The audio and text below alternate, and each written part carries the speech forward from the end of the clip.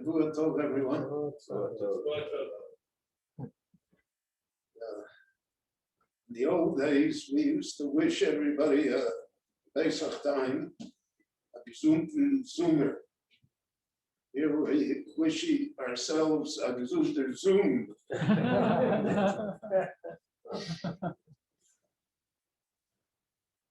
Two Shabbatot a year were always chosen as special over and above the usual holiness of the Shabbat.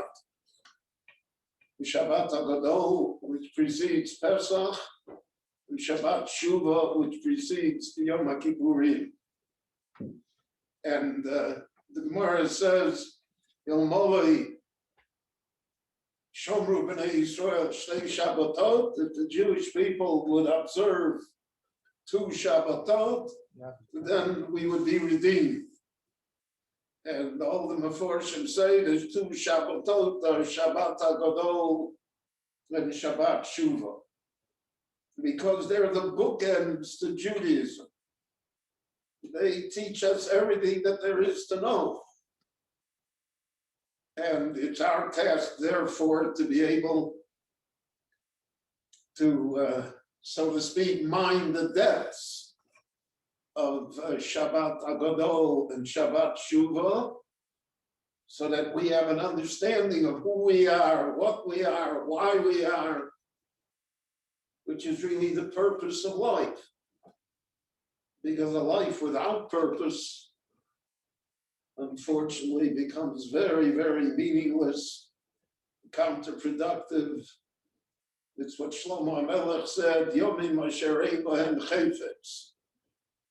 Days that we really have no desire anymore to achieve anything.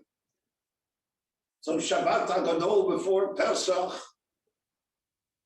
opens up to us a vista of how to view Jewish life and how to view the Jewish people, because it is the founding holiday of the Jewish people. It is the holiday that brought us as a people, that gave us a national existence, that allows us to function as a nation, and allowed us to function as a nation without a country for millennia, a feat that no other nation has ever approached in accomplishing. So the Shabbat Hagadol tradition, I want to first share with you a short idea in halacha, in the mitzvahs of Pesach, and then from there to develop it so that we would have a broader appreciation of the holiday and of our role in the holiday. When Gamliel said, and we repeat it in the Haggadah, Kol mi shelo omar shlosha dvorim elu b'Pesach lo yotze yedei chavosa. A person that does not recite these 3 paragraphs has not fulfilled his obligation of Sipur Yitzias Mitzrayim, of telling us how we got out of Egypt. Ve'elu hein, and these are the 3: Pesach, Matzah, Umorah. So in the Zman of the Beis HaMikdash, when the temple stood, so then the Jews brought the Korban Pesach. And the Pesach was the meat of the Korban. They also ate matzah, and they ate maror. Now, was that considered to be one mitzvah, or was it considered to be 3 separate mitzvahs? In other words, there's a mitzvah of Pesach, there's a mitzvah of matzah, there's a mitzvah of maror. Or, no, the mitzvah is the Korban Pesach. That's the mitzvah. There is a condition in the Korban Pesach, al matzah sumorim yochlu, that you have to eat it with matzah and maror. But that's a condition in the mitzvah of Pesach. it is not in itself a mitzvah. So the Bizman HaMikdash, all three were minat Torah because there was a Korban Pesach. When the Beis HaMikdash was destroyed and we went into exile, so then the Gemara in Psochim explains, Pesach disappeared because there's no Korban Pesach. Ein makrivin Korban Pesach b'chutz. Outside the Beis HaMikdash, you can't bring the Korban. So the question is, did Matzah and Moror also disappear? So the Gemara originally says, well, if there's no Korban Pesach, then there's no Torah obligation of Matzah or Moror either. And therefore, whatever we do is only midrabanan, to zeicher. However, the Gemara says, as far as matzah is concerned, that can't be true.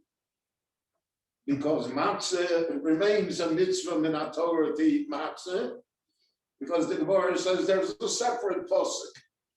Aside from the posuk, al matzah semroim yochluah, there's a posuk that says, bo'erev tochlu matzos. So because of that posuk, bo'erev tochlu matzos, at night you should eat the matzah.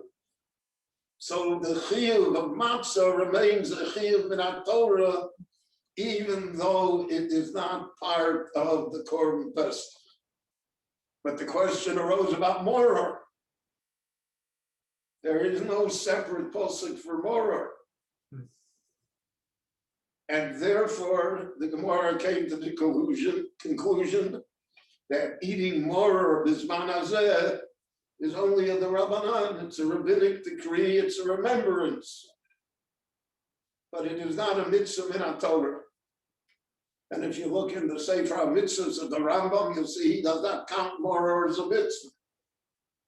The Sefer HaChinuch does, none of them counted as a mitzvah. So the Rabbanan. And we'll see that that has practical implications as well. So we are left with this idea of whether Pesach, Matzah, Moror are three mitzvahs, or Pesach, Matzah, Moror are just one mitzvah, with Matzah, Moror being the condition for the Korban Pesach.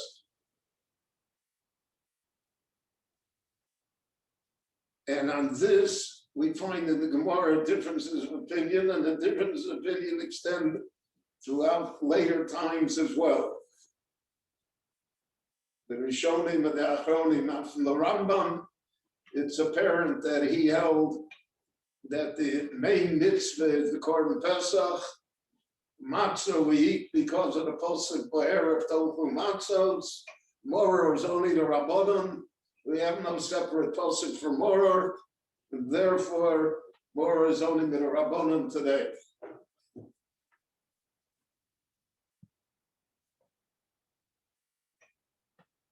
However, there is a statement in the Rosh, Rabbi Asher ben Yechiel, in which he discusses why do we make a bracha on moror. First of all, doesn't taste good. Though we have refined that in our time, so that they sell, flavored lettuce already. Because we are very delicate, we can't take anything bitter. That's why we have elections every year. So the Rosh says an interesting thing. The Rosh says that we don't eat moror because it says al matzos semroim yochluhu. There's nothing to do with the Korban Pesach. It has to do with the fact that the rabbis instituted a bracha on it.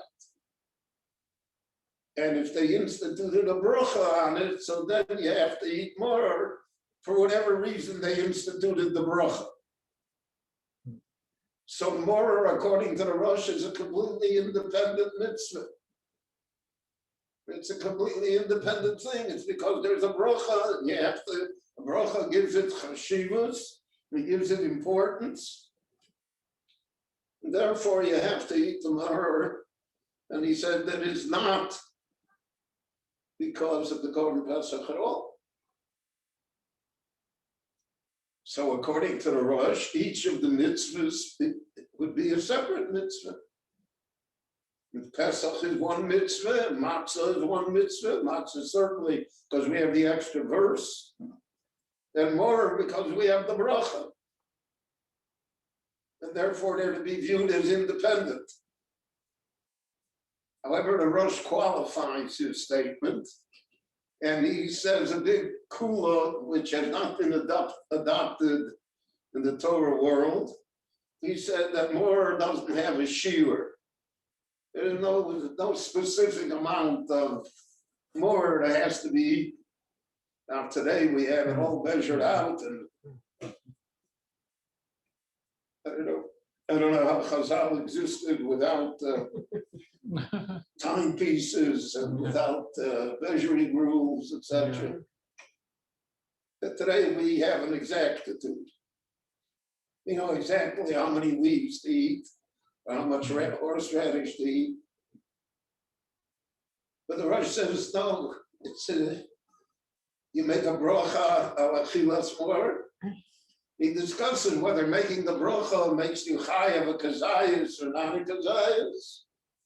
And he's of the opinion that it does not imply that you need any shiur whatsoever. So we have here two different tracks. As how do we look to the mitzvahs of matzah and more? Do we look at them as independent mitzvahs? Or do we look at them as mitzvahs that are dependent upon the Korban Pesach? And therefore, when the Korban Pesach doesn't exist, so for instance, by Pesach Sheni, somebody that is b'derech hachoka, he couldn't come to Yerushalayim for the first Pesach. Nevertheless, the Gemara Pesachim says specifically that he's chayiv to eat matzah more on the night of the first Seder, even though he's not going to bring a Korban Pesach. So from that Gemara, it seems that they are independent mitzvahs. But the Rambam says that Gemara is also only a zeicher. In fact, it's remarkable. He says it's lav davka. It's not necessarily what they meant, which only somebody like the Rambam can say. So we have here these two streams. If you think about it, that really is what we say in the Hagadol, Zeichel HaMikdash Kehila, Korech. And what did Hillel do? Bizman Shabbos HaMikdash Oyakayim, Oyakorech, Pesach, Matzah, Mor, V'Ochlom B'Yachad. Shenemar HaMatzah Sumroim Yochlulo. So Hillel held that it was all one mitzvah. The mitzvah is Pesach. The only thing is, HaMatzah Sumroim Yochlulo. But the mitzvah is Pesach. And that's why he did Korech. The Chachamim disagree with Hillel. The halacha is not like Hillel. It's interesting. The Balagoda included it, Zeichel HaMikdash Kehila, even though it's not halacha. That's because it's Hillel. And we know that we have Pesach because of Hillel, because of the story of Hillel and the B'nai B'Teira. They didn't know what to do. Came out like this year. Their Pesach, the Korban Pesach had to be on Shabbos. Is it Docha Shabbos or not? Hillel was the one that solved the problem for them. So the Balagoda included Hillel. But the Chachamim hold that there's no necessity for Korech. That's why on Korech we don't make a bracha. We just say it's Zeichel HaMikdash Kehila, Kach Hillel says that we do it. So that machlokas was already an early machlokas of Tanoim, whether or not matzah and moror are separate mitzvahs, or whether or not they're part of the mitzvah of the Korban Pesach. The Hillel held that everything is the Korban Pesach, you gotta eat everything together. You can't eat matzah separately, even though there's a separate mitzvah to eat matzah separately. But if you ate only matzah separately and not korech, Hillel holds you're not Yotze Korban Pesach.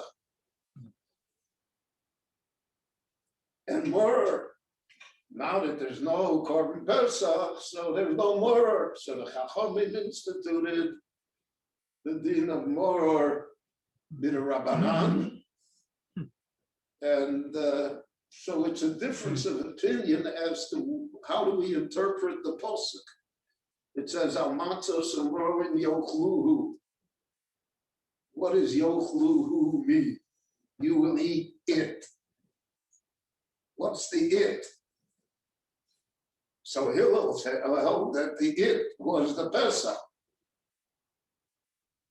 And therefore, al matzos umorim yochluhu, in order to eat the Korban Pesach, you have to have matzah moror too. But the it is the Korban Pesach itself. The Chachamim hold yochluhu is all free. You eat the Korban Pesach, you eat matzah, you eat moror. And it's a question in grammar, interpretation of the Hebrew word, the suffix to the Hebrew word, how we will interpret the halacha. You see, Chazal looked at every word in the Torah, every letter in the Torah. There's nothing that's there at random. It's not prose. You know, I just finished the book, Baruch Hashem, so my editor calls me up and she says to me, she's going to change this, she's going to change that.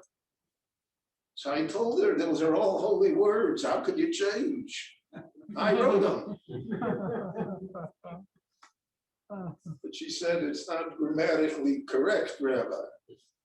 I said, well, then I bowed to your superior judgment. I thought that it was grammatically correct.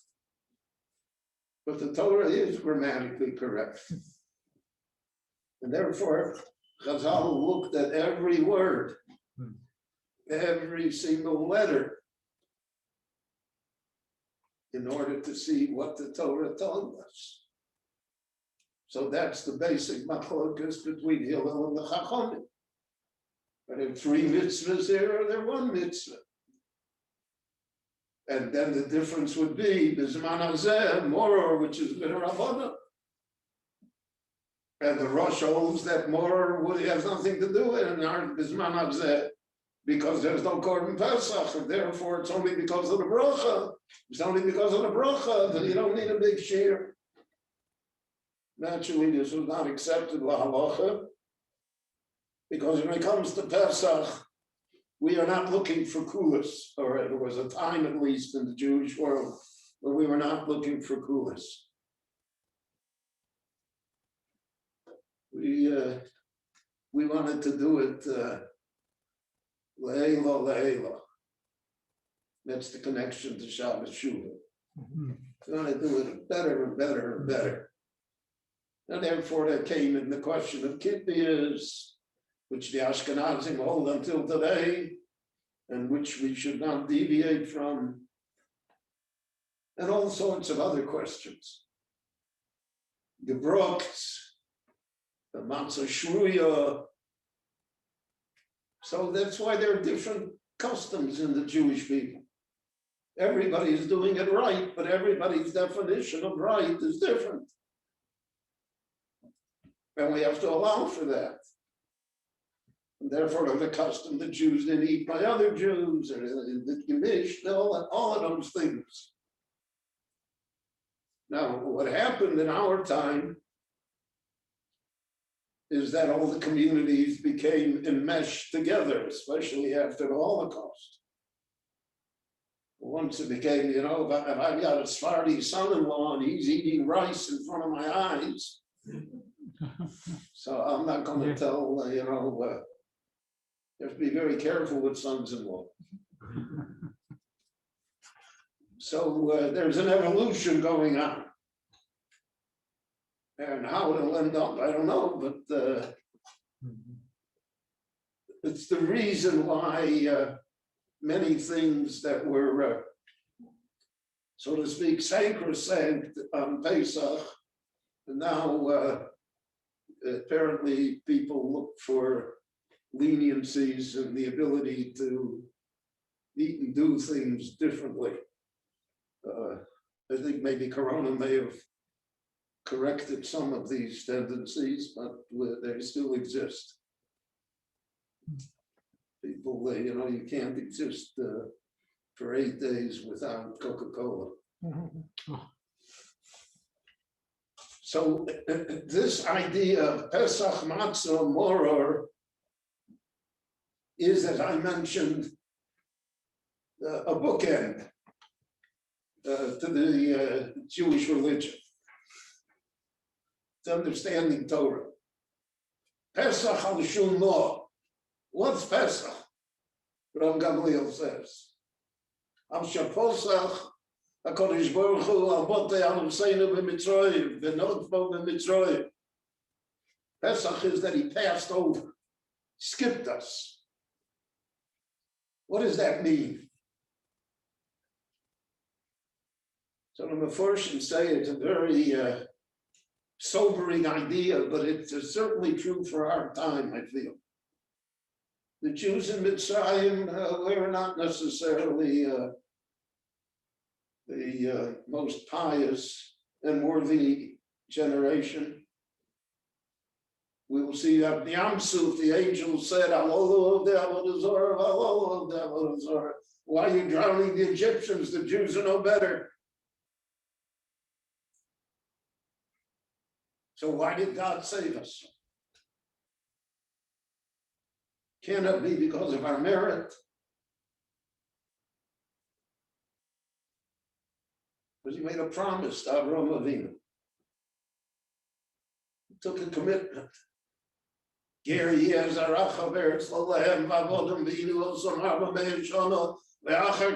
going to redeem them and be Gadol, and they're going to profit by it.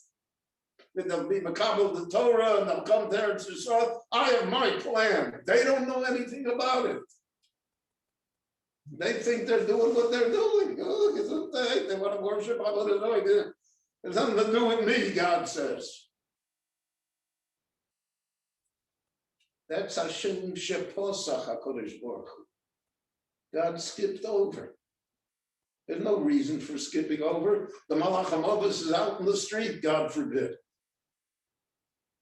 Everybody, every house is smitten. The Jewish house is not. Why? Because he was honest in business. Because he was kind and gentle.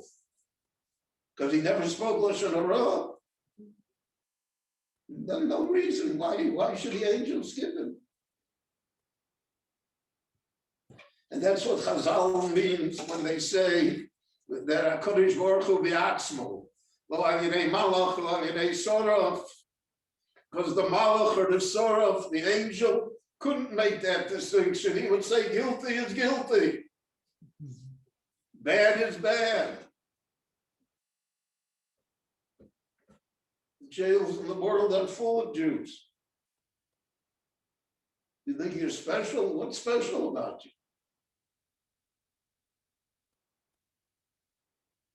HaKadosh Baruch Hu be'atzmo, the Rebbeinu Shalom himself knows what he's doing. He knows who to pick. For his reasons, not for yours.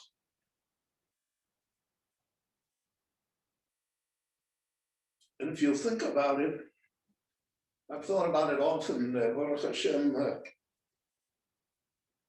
I'm celebrating a birthday this week. I didn't think I'd make it this far, but Baruch Hashem.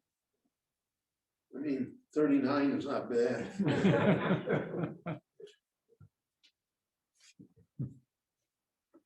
I've thought about it a long time.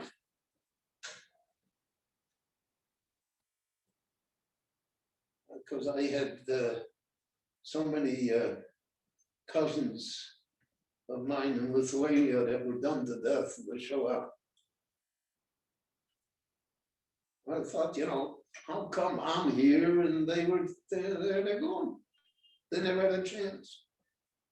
10 years old, 11 years old, 6 years old, goodbye. Einsatzgruppen, shot him. So why me? What's so special about me?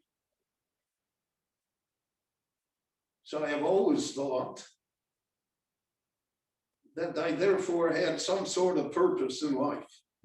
Wasn't that random? My father drilled that into me. My father said that we were all survivors. Posach Hashem Elokeinu al Botei Avosayim. Those son we'd see, we were saved. For what? For that, you got to go to Shabbat Shuvah. For what? Igi l'chodom matod.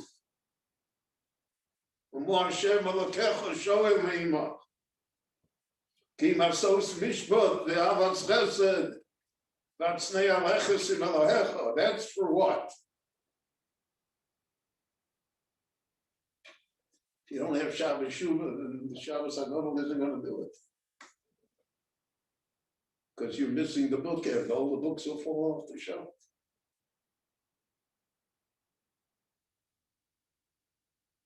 So Pesach teaches us that we're the instrument kaviyachol of the Rebbeinu Shalom.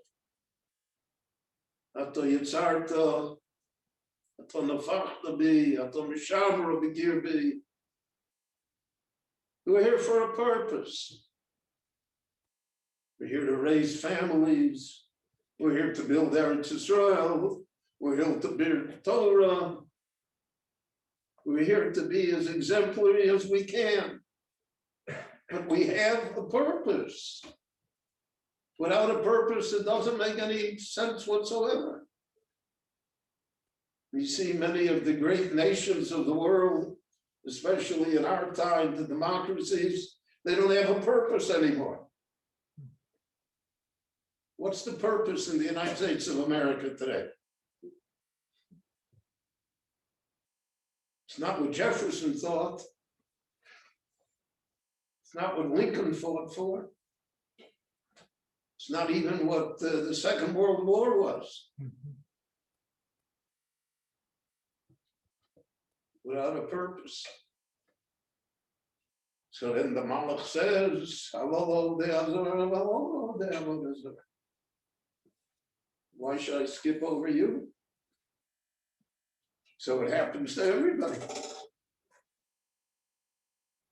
It's interesting how non-discriminatory Corona is and was.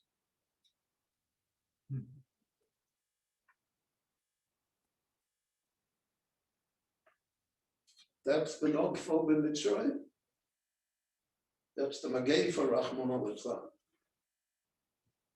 And we could be saved from it because their Rebbeinu Shalom saved us. And don't ask me why. Why did our generation see Eretz Yisrael? Why did we see a Jewish state? Why are we going to an election now? Who gave us that privilege? Are we greater than our ancestors? Certainly not.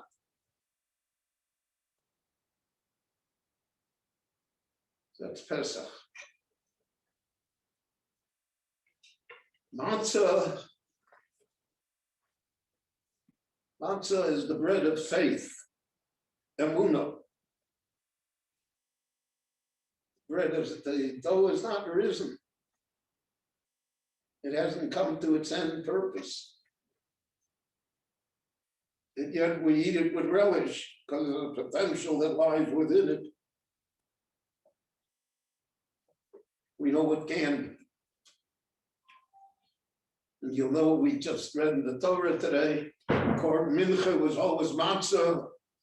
All the korbanos were matzah except for the Korban Todah. Matzah is the symbol of faith. It'll be good yet. It'll be better. We have it within us that it'll be better. It says, "Vayamei Nahum vayetzias Mitzrayim." The people believed. And on Yam Suf it says, "Vayaminu b'Hashem u'b'Moshe Hagadol." They believed in Rabboni Shalom and Moshe that they would be saved.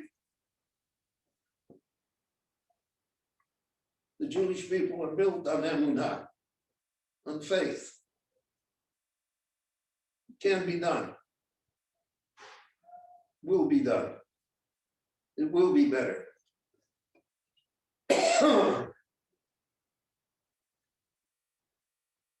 I always mention that the song of the Jewish partisans in Europe, in Yiddish, was "Sag nicht, dass das ist unser letzter Weg."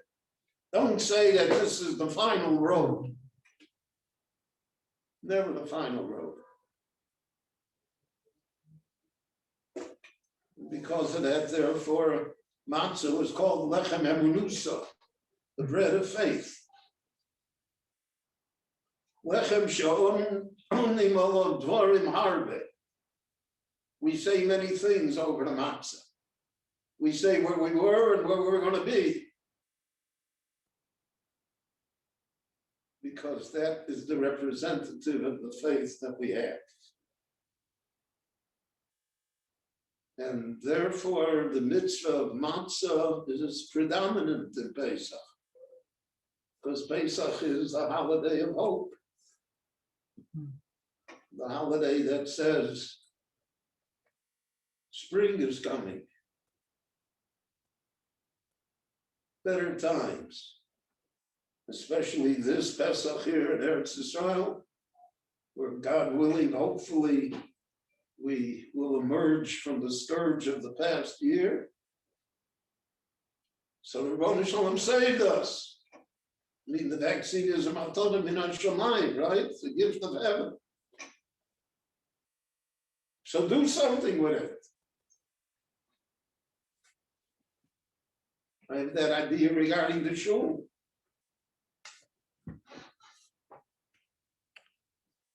That I have how to expand the shul.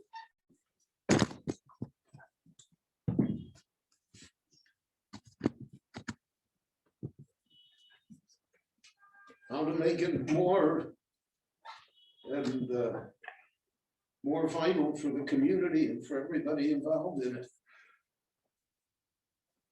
Not that it should be I don't mean to demean anything, but it's not just a place for Mincha. It's more than that. You have to believe in that. You have to have emunah in that. I came to this shul in 1993. People stood outside to try and get a minyan. And when I spoke to the people then were running the shul, they said, well, you know, it's over here. Rechavi is not the neighborhood, and the old Israelis are dying, and that's it. We have to see, maybe a yeshiva will buy the building. I was very shocked by that. I told them, you know, that in America there are neighborhoods that change, so Jewish buildings change too, never. But in Yerushalayim, shul, I said, Rabbi Herzog davened here. And this in Zaxter's Yerod, I mean, what is with you people? But they didn't want to have the Americans. They told it to you straight.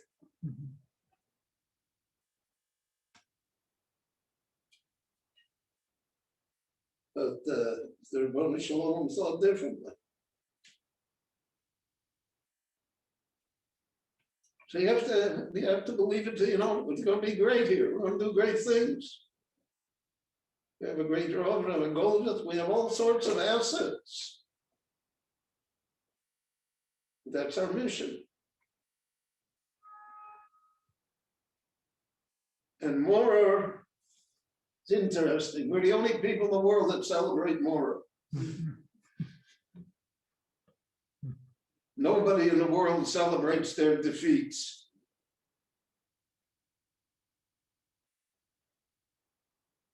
The French don't have a national day for Waterloo.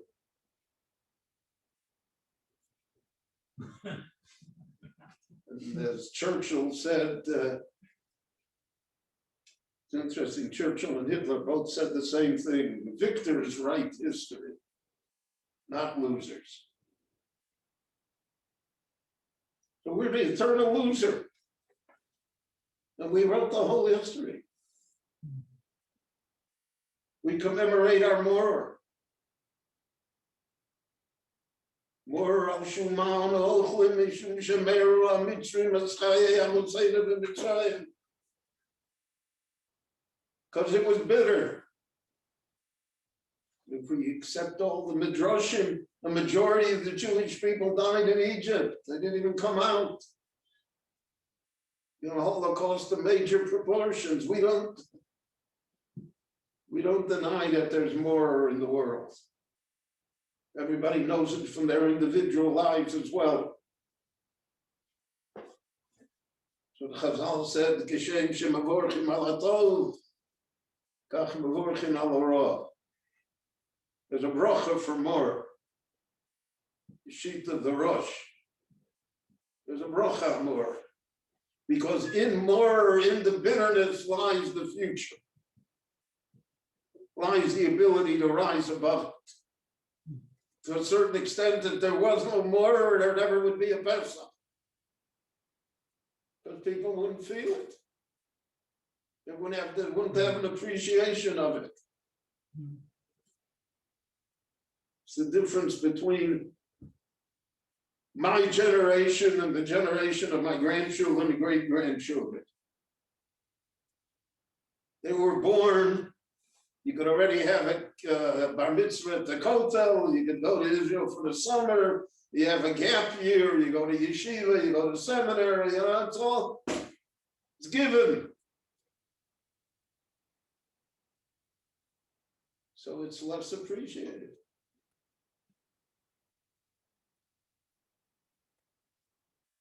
I still remember that when they raised the Israeli flag in 1948 in the Chicago Stadium, the 20,000 that were inside and the 40,000 that were outside dissolved in tears.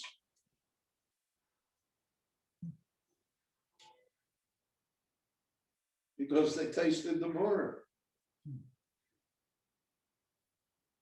It's interesting, mortar brings you to tears, by the way. It's one of its qualities. The Chazal say in the Pasuk, we say in the davening, again on Rosh Hashanah Yom Kippur, Shabbat Shuvah, Tosim Dimoseinu Benot Choliyos, place our tears in your bottle. So the Psalm Sefer says, tears are not bottled. Every tear is counted.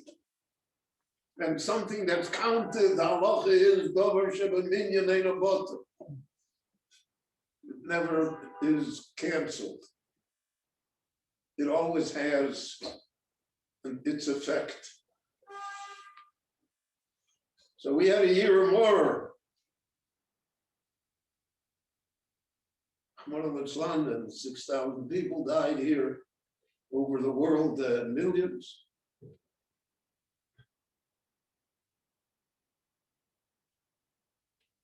But more leads to redemption, leads to appreciation. We'll have to see what the world will look like after Corona. God forbid it should go back to what it was before.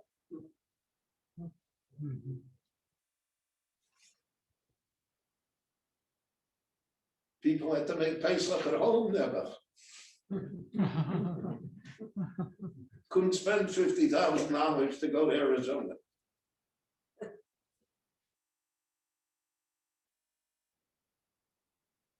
Can only have 300 people at a wedding, God forbid. all the other idiocies that we inflict upon ourselves. I've always said that if there would be a Melech Rasha, an evil dictator that would decree all of the idiocies that we do upon ourselves, we would have a fast day. But we do it to ourselves. Destroy ourselves. So that's what Mora came to remind us.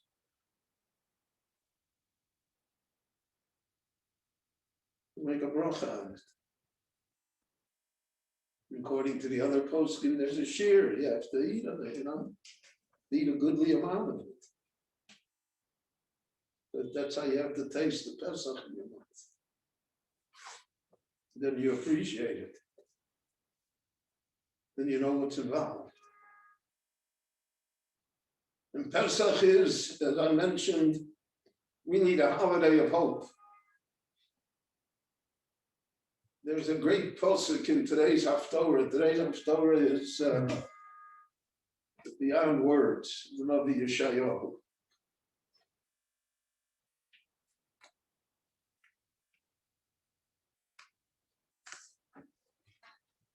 Many years ago, I recorded a series of lectures of all the Haftorahs of the year, like 60 tapes.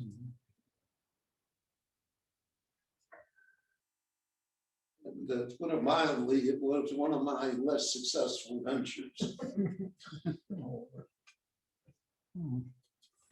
So my office in America, Mrs. Gilbert calling up, and she said, maybe we should, just put it away and not advertise it. Nobody buys it.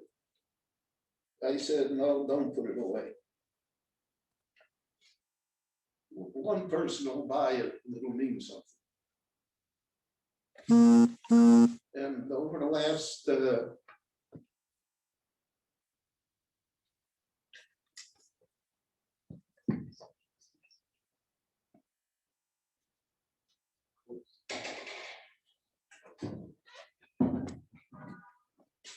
it's a message to just tell people what's going on. And over the last year, she told me that for some reason it's had a rebirth. Wow.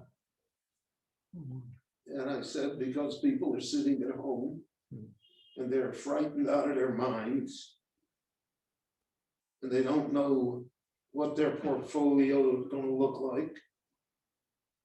And they're looking for a little comfort. And that's the Nevi'im that the Jewish people had, the prophets that we had. Holoch lahargia Yisrael. They came to give us comfort. They knew it was a long road, a lot of obstacles, a lot of moral. But they wanted to give us comfort. So there's a posuk in today's Haftorah, if I'm able to read it.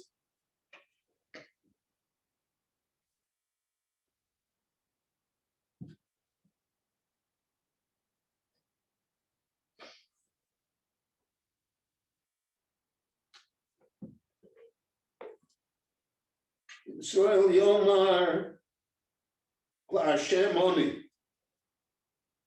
Jews will say, LaHashem Oni, I'm to God. But that's one level of a Jew. He's devoted to God. Pious, he learns all day, he does great things, he runs LaHashem Oni.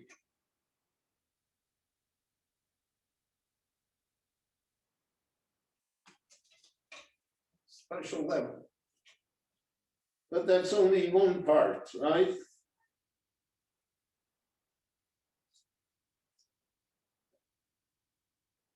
There'll be a second type of Jew that will say that I'm called Yisrael. I call out in the name of Israel. I'm a Jew. problem in today's world is most Jews don't call themselves Jews. They don't know what it means to be Jewish. I'm not talking observant. I'm not talking a Talmud Chacham.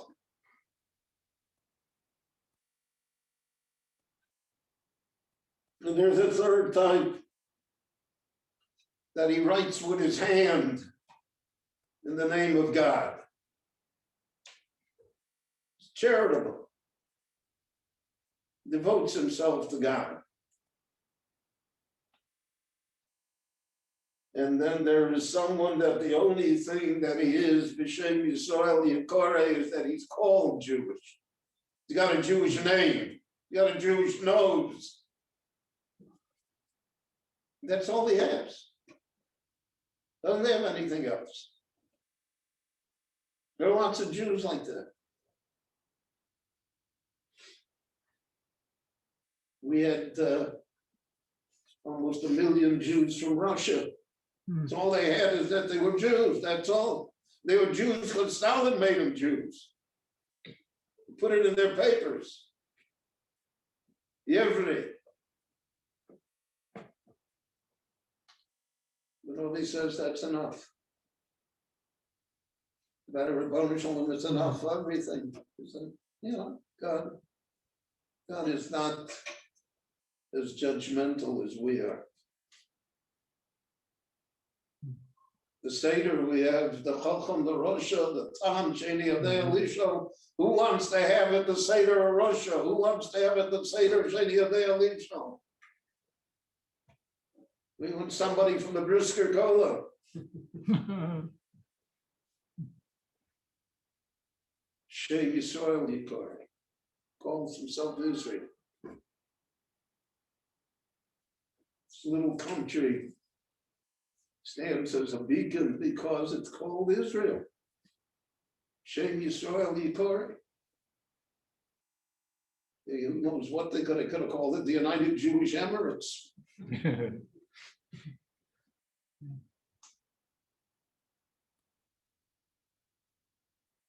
Socialist Republic of the Jewish people.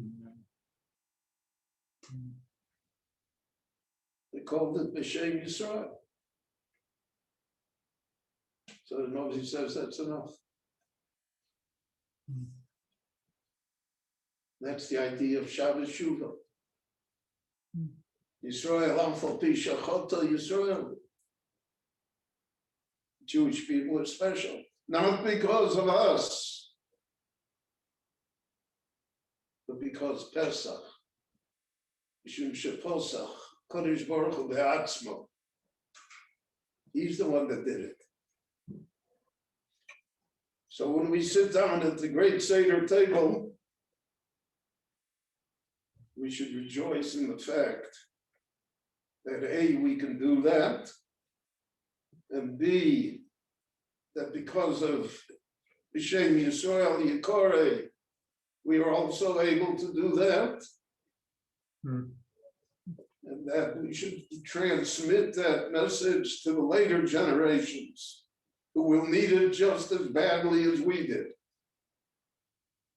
So that we will be zoche together, that this will always remain the Chag HaGeula v'Yeshua, the Chag Kosher v'Sameach to everyone. Thank you. All right.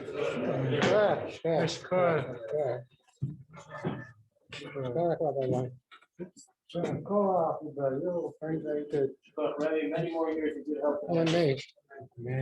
There's a number of chats there. I think maybe one of them may be telling you about Ben Tzvi. I saw there were some chats there. Read the chats. Yeah.